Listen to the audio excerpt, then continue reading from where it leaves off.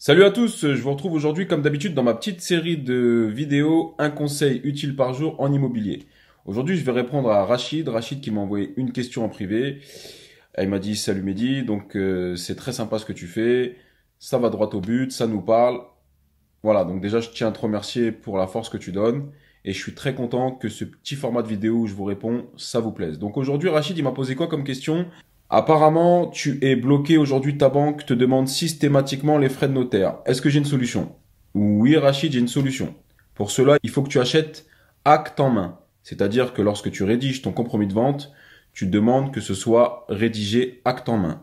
Je m'explique. C'est-à-dire qu'il faut que tu mettes les frais de notaire à la charge du vendeur. C'est toi qui vas les payer, seulement c'est le vendeur qui va les payer au notaire. Je t'explique. Tu achètes une maison 300 000 euros. Je te prends des chiffrons. Avec les frais de notaire, ça revient à 320 000 euros. Au lieu de détailler dans le compromis de vente 300 000 euros plus 20 000 euros de frais de notaire, la rédaction du compromis se fait directement comme si toi, tu achetais la maison 320 000 euros. Donc attention, ne te fais pas avoir, demande bien à ce qu'il n'y ait pas le détail dans la rédaction du compromis. C'est-à-dire que toi, tu achètes la maison 320 000. À partir de là, ta banque, pour elle, considérera que le prix de la maison est de 320 000. Et donc, te financeront les 320 000.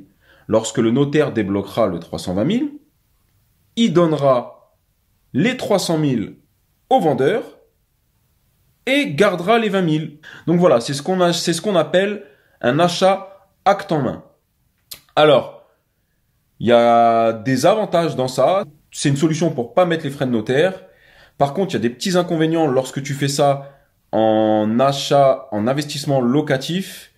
C'est que, du coup, ta rentabilité, elle a intérêt à être bien parce que lorsque tu inclus les frais de notaire dans le compromis de vente, lorsque ton conseiller va calculer ta rentabilité, forcément, elle sera moins bonne vu qu'il y a les 20 000 euros de frais de notaire qui viennent se greffer. Forcément, ça tombe un peu ta rentabilité.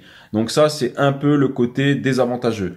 Mais sinon, c'est très avantageux parce que du coup, ça te permet d'esquiver cette façon où tu dois mettre les frais de notaire. Le deuxième petit inconvénient aussi, acte en main, c'est que tu sais que généralement, 6-8 mois après, il y a toujours un petit reliquat que le notaire te rend.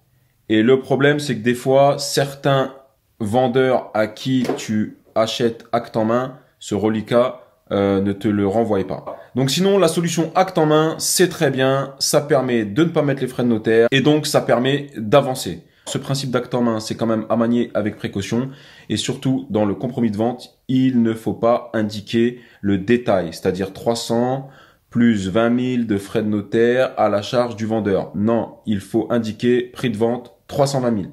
Ensuite, c'est une histoire entre toi, le notaire et le vendeur. Ça se fait souvent, ça se fait de plus en plus. Voilà. Donc Rachid, j'espère que j'ai répondu à ta question. N'hésite pas, si tu as d'autres questions, avec plaisir je te répondrai. N'hésitez pas, donnez-moi de la force, likez, partagez. On se retrouve bientôt dans une nouvelle vidéo. Et voilà, je vous dis très bons investissements. À bientôt. Ciao.